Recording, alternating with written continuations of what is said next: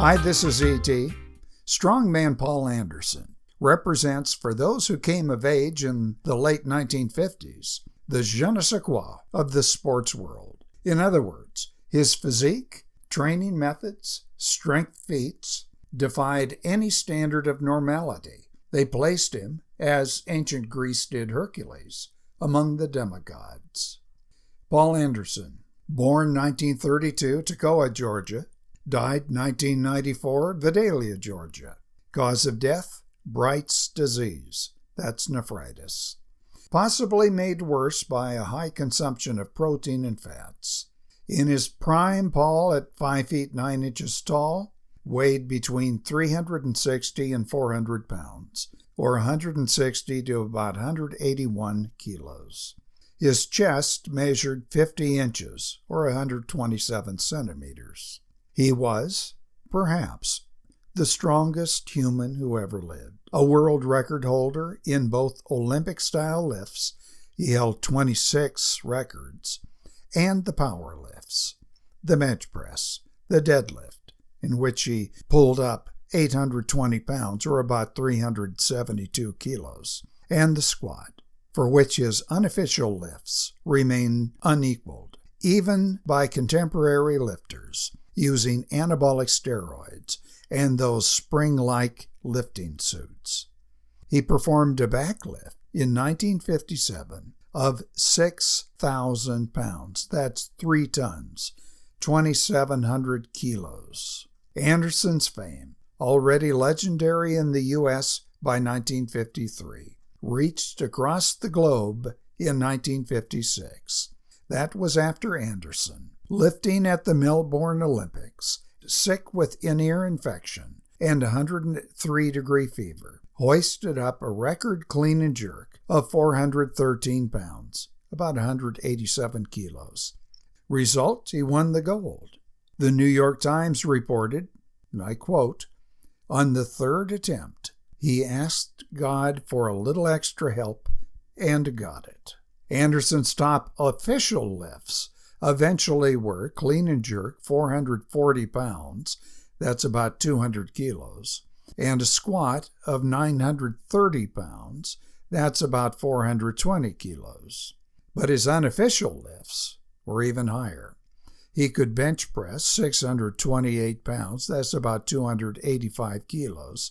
He clean and pressed 425 pounds, 193 kilos, for 2 repetitions. And he performed a one-arm press, I repeat, a one-arm press of over 300 pounds, or 136 kilos. Try that. Not long after this, Paul applied his talents professionally. This was to support his boys' home, opened in 1961 with Paul's wife Glenda. Paul began pro wrestling, then pro boxing, then acting.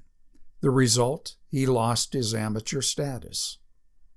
Anderson's strength can be attributed to several factors. Number 1, his genetics, his skeletal structure, and lots of fast-twitch red muscle fibers. Number 2, his determination. He worked out 6 days a week, usually all day, despite chronic pain from previously broken wrist and ribs, that was from a car accident, and a wrenched hip. Number 3, his diet. Quarts of milk per day, drunk often between sets, slabs of beef, and plenty of country-grown vegetables. Number 4, his intuitive training methods, now accepted a half-century later but frowned upon in the 50s. Example, Paul always lifted heavy 6 days a week. Monday, Wednesday, and Friday, the bench press, deadlift, and clean and press. Tuesday, Thursday, and Saturday, the squats. Some of his partial squats were up to 1,800 pounds. That's about 816 kilos. He did 3 sets of 2 to 5 repetitions under the hot Georgia sun. He would often train several times during the day, taking an hour between different exercises. Number 5, his strong Christian faith. Anderson put it this way: "I'm the strongest man in the world, and I need Jesus Christ." The lesson learned from Anderson's example suggests that almost anyone who is not using anabolic steroids can dramatically increase his strength with a high caloric intake, especially of protein, which will almost always be accompanied by a corresponding increase in body fat, and b, a workout protocol of heavy lifting, several sets of 1 to 5 reps of compound lifts. That's opposed to the single joint isolated exercises. And C, plenty of rest. It's that simple. This is E.T. Thanks for watching. Click the like button if you liked it. Hit the thumbs down if you didn't. But do subscribe.